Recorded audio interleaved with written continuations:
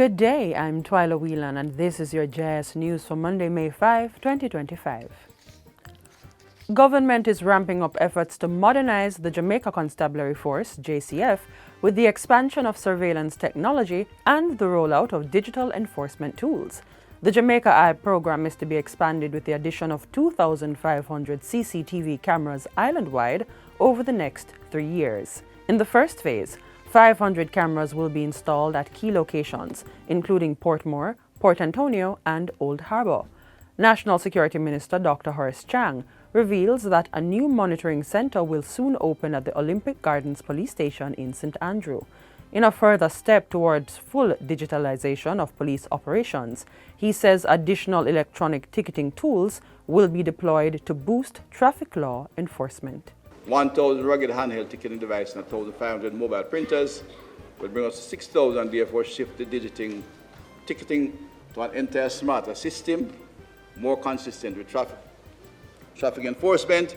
Dr. Chang was making his contribution to the 2025-2026 sectoral debate in Parliament last Tuesday. Meanwhile, the National Security Minister is defending the government's continued use of states of public emergency, SOEs, pointing out that this is supported by empirical data. Dr. Chang points to a study by Florida International University in the United States, which highlighted SOE's effectiveness as a tool in reducing crime.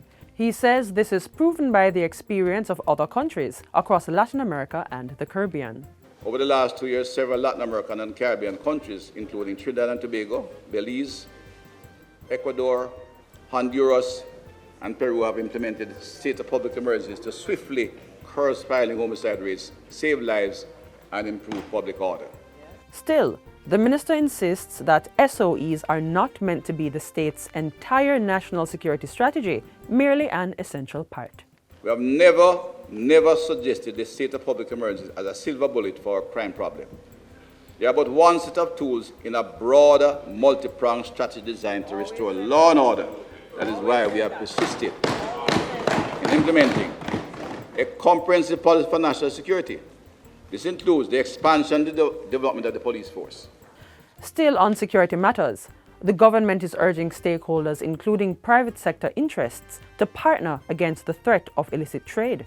Minister of National Security Dr. Horace Chang made the call while speaking at the Jamaica Chamber of Commerce, JCC, inaugural Anti-Illicit Trade Forum on Wednesday.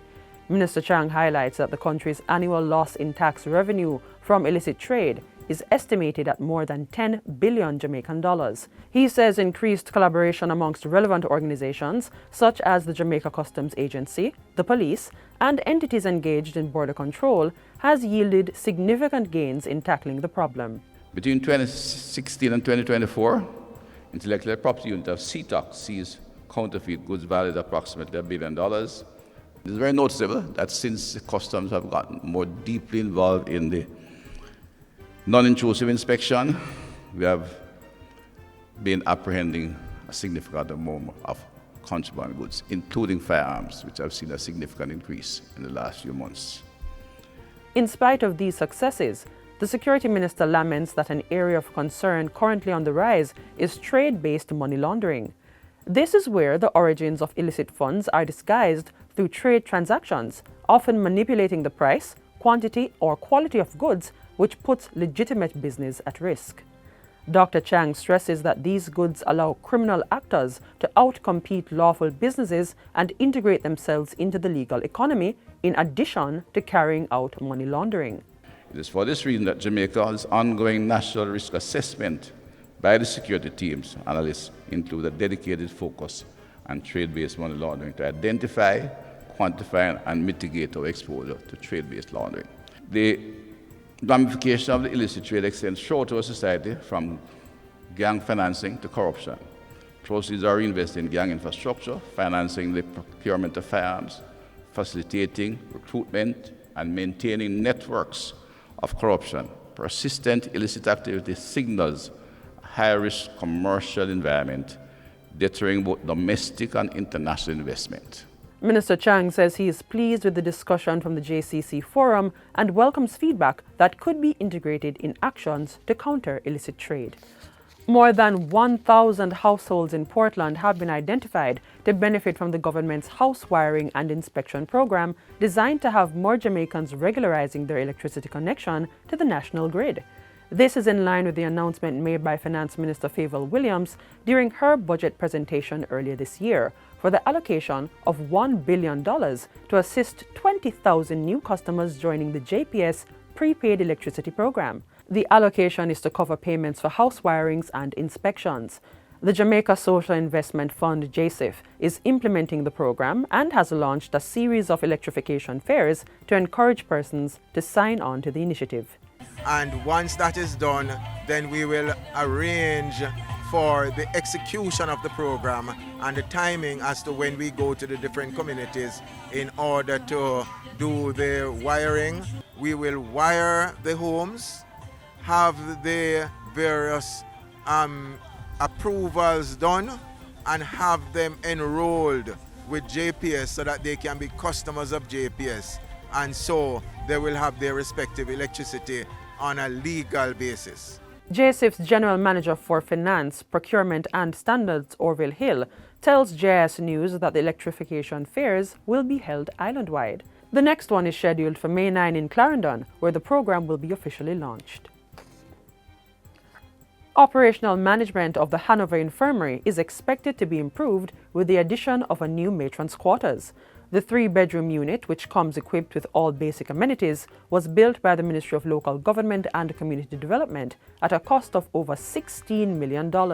It was officially opened recently by the Portfolio Minister, Desmond McKenzie. The purpose of the matron quarters is to allow the matron to have access to the facilities 24/7 around the clock.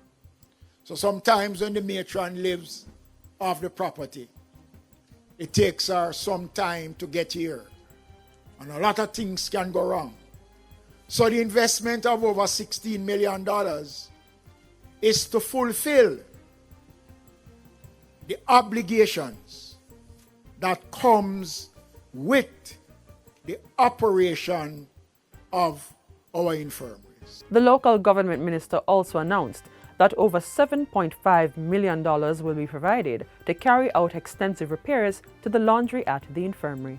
Once the funds is released, I want the work to commence on the laundry so I can come back in short order to open the laundry and to throw away the scrubbing board and the can trash where them use to scrub. Modern days, modern equipment you're getting in a very lovely area that is conducive for work. And that's it for JIS News today. I'm Twyla Whelan. Thanks for watching.